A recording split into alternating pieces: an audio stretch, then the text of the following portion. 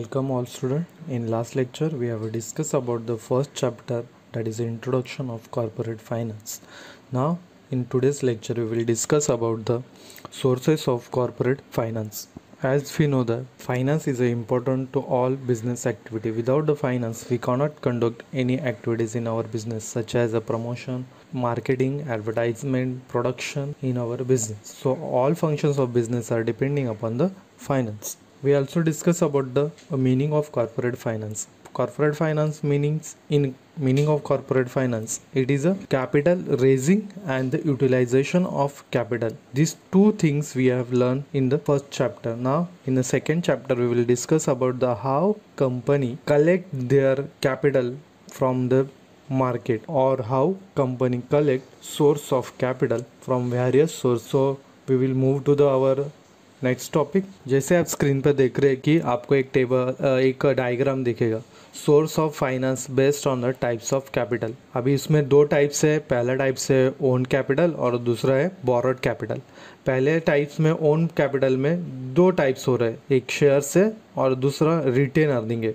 उसके बाद equity share से और प्रेफरेंस शेयर से. और दूसरे types of source of capital में है बोरोड कैपिटल है. और बोरोड कैपिटल में बहुत सारे उन्होंने दिए हैं हमें सोर्सेज. पहला है डिबेंचर है, सेकेंड है पब्लिक डिपॉजिट है, थर्ड है बॉन्ड्स है, एडीआर है, जीडीआर है, बैंक्स है, फाइनेंशियल इंस्टीट्यूशन है, ट्रेड क्रेडिट है. तो पहले हम मीनिंग देखेंगे ओन कैपिटल क्या होता है और बोरोड कैपिटल क्या होता है. Own capital means capital which is collected by business through its internal activities. Own capital क्या होता है? Internal source of capital which is collected within the business organisation. First will discuss about the own capital. Own capital is collected by company within the organisation of business. क्या होता है? ये own fund है ना, जो business है ना, own capital क्या करता है? बिजनेस खुद के सोर्सेज से उसे अवेलेबल करके देता है बिजनेस में, और ये इसे ओन कैपिटल कहा जाता है. इसमें दो इम्पोर्टेंट है, that is the shares and retain earning. अभी बोरोड कैपिटल में देखेंगे. बोरोड कैपिटल क्या है? बोरोड कैपिटल जो कंपनी ने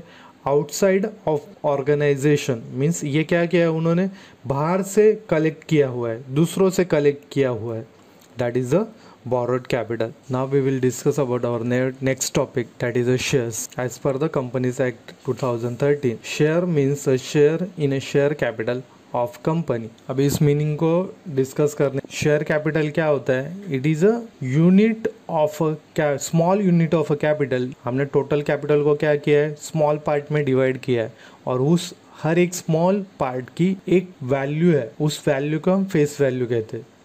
Shares is a small unit of a capital of a company. A person who purchases shares became a shareholder of the company. Now we will discuss the feature of shares. In the feature of share there is a first point, that is the meaning. Share is a small unit in the total share capital of the company. इस point को समझने के लिए हमने already discuss किया है. Company क्या करती है? उसके जो भी टोटल शेयर कैपिटल है उसको स्मॉल पार्ट में डिवाइड करती है, और उस ईच स्मॉल पार्ट को एक शेयर्स कहा जाता है. उसके बाद उन्होंने second point they have given, that is ownership. Person who purchased a share of a company became a shareholder of the company.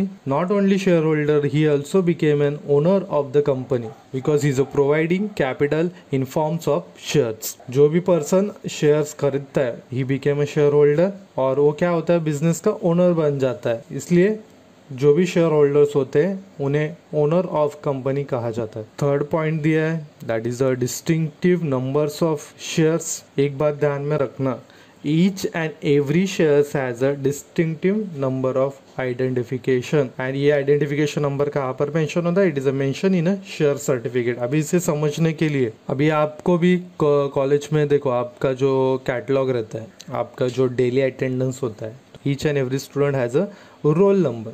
ये रोल नंबर क्या है? एक आइडेंटिफिकेशन नंबर है. इस स्टूडेंट का क्लासरूम में बैठा है, उसका एक आइडेंटिटी नंबर है.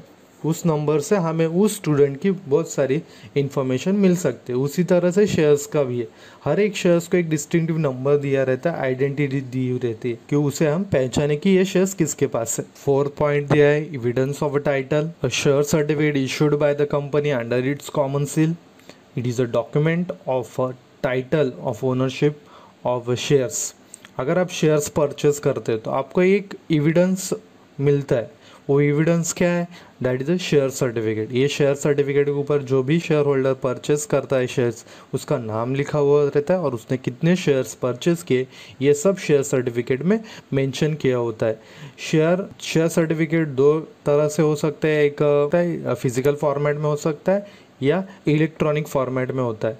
अगर इलेक्ट्रॉनिक फॉर्मेट है तो शेयर्स डीमैट अकाउंट में शेयर सर्टिफिकेट डीमैट अकाउंट में स्टोर होता है और वहाँ पर उसे सेंड किया जाता है। उसके बाद है number 5, value of share. Each share are expressed in value of money. There are 3 value of shares. First one face value, second है इशू प्राइस, थर्ड है market value. Face value, a value return on a share certificate. Second है issue price, it is a price at which company sells shares. और third है market value, the value of share determined by the demand and supply force in the share market. Now 6th point, a share confers certain rights on its holder, such as a right to receive a dividend, right to inspect statutory books, right to attend a shareholder meetings, and right to vote at such a meeting, etc. अब इस point को समझने के लिए ध्यान में रखना, जो भी शेयर्स परचेस करता है ही बिकेम अ शेयर होल्डर, और उस शेयर होल्डर को कुछ राइट्स मिलते हैं एज अ ओनर। उसमें से पहला राइट दिया है उन्होंने, right to receive a dividend, उसे वो डिविडेंड मिलेगा। उसे एक राइट्स मिलता है कि वो कंपनी के बुक्स ऑफ अकाउंट चेक कर सकता है। उसे और एक राइट्स मिलता है कि वो शेयर होल्डर्स की मीटिंग अटेंड कर सकता है और उस मीटिंग में जो भी वोटिंग होगी उस वोटिंग में वो पार्टिसिपेट कर सकता है। ये सब राइट्स उस शेयर होल्डर को मिलते हैं when he became a share holder of the company. 7th point है income. Every share holder who invest into the share of the company is eligible to get a net profit. उसे net profit मिलता है, but ये net profit is in the forms of dividend. ये net profit उसे कैसे मिलता है? In the forms of dividend, and company decide how much dividend should given to the shareholder. Point number 8, transferability. Shareholder of a public limited can freely transfer in the manner provided in articles of associations. Share holder उसके shares transfer कर सकता है किसी को भी, but उस transfer करने के लिए ये प्रॉपर प्रोसीजर दी हुई है, और ये प्रोसीजर कहाँ पर रहने वाली है? आर्टिकल्स ऑफ एसोसिएशन में। इस प्रोसीजर को फॉलो करके ही ये वो उसके शेयर्स दूसरों को ट्रांसफ़र कर सकता है। 9th point, property of shareholder. Once the person purchase a share of the company became a shareholder, और ये शेयर उसके मूवेबल प्रॉपर्टी होते हैं, मीन्स उसकी वो एसेट्स हो जाती है, उसकी इन्वेस्टमेंट हो जाती है और इसे वो मूव कर सकता है। Number 10, point number 10, kinds of shares. There are 2 types of share, equity shares and preference shares. इस पॉइंट को हम डिटेल में नेक्स्ट लेक्चर में सीखने वाले हैं। जब भी हम सीखेंगे तो हम उसमें पहले मीनिंग ऑफ इक्विटी शेयर्स देखेंगे, फिर प्रेफरेंस शेयर्स के मीनिंग देखेंगे और फीचर्स और टाइप्स देखेंगे। आज हमने पूरे टॉपिक में, आज के वीडियो में हमने क्या देखा? That is a meaning of sources of finance. Company source of finance कहाँ से कलेक्ट करती है, क्यों कलेक्ट करती है, उसकी फाइनेंस की ज़रूरत क्या होती है।